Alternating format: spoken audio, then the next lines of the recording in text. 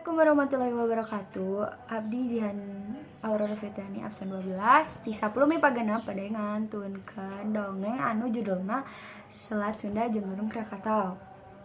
Kacatur zaman baheula di Pulau Jawa belah kulon aya hiji karajaan anu rajana Prabu Krakata. Sang Prabu gaduh 2 putra anu cikal Raden Sundana anu bungsu Raden Topobana. Harita mah Pulau Jawa sareng Sumatera teh ngahiji. Kumargi Prabu Rakata parantos sepuh pisan, mangka karajaan teh dititipkeun ka putra-putrana tur dibagi 2. Belah wetan ku Raden Sundana, belah kulon ku Raden Topobrana. Terus sang Prabu teh indin ngabagawan anu tempatna di batas 2 nagara nu dibagi 2 teh. Anjeunna teu nyandakna naon tibang guci pusaka nu dicanda. Hiji mangsa dina taun kagenep sang Prabu teh ngadangu yen putrana Parasea Raden Sundana ngarugruk karajaan Raina Raden Topobrana. Sang Prabu teh cek ka guci anu gentos dieusi cai laut teh, terus indit ka medan paga kasampak 2 putrana keur perang campa atau benu pisan sejenana.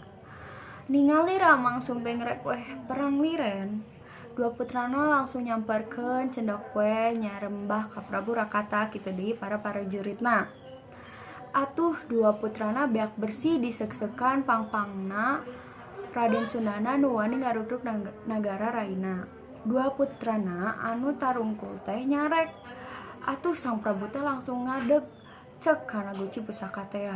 Terus cai laut anu dina guci dikucurkeun di sapanjang wates 2 nagara. Teras guci anu tos teh kosong teh disimpen di tapal bates 2 karajaan teh. Anjeunna indit deui ka tempat pang tapaanana. Telami eta bates anu tilas disiram ku cai laut teh ngajanggelek jadi selat.